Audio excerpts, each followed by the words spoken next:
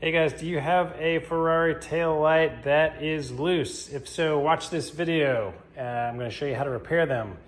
Make sure you give it a thumbs up somewhere along the way. Here we go.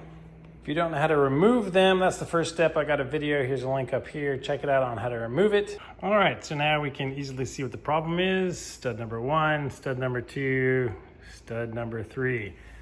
So these are the mounting holes. When I reached in there, still attached, sitting in there was that piece, which should not be there.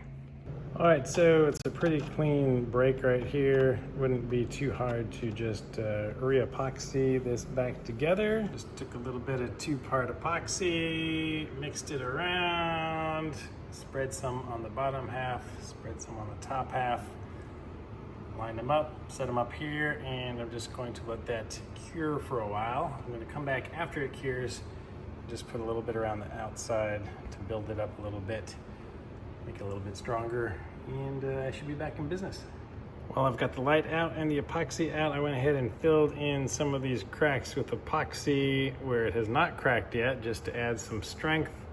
Put some down under the posts, just around all of the weak looking areas, so this will dry and be a little more solid and sturdy now.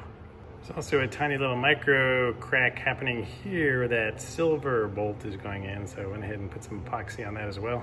All right, all you do is reattach them same as before, and now we have all sturdy taillights. No more wobble. As always, guys, please give the video a thumbs up if you enjoyed it. Follow along on more Ferrari F430 videos.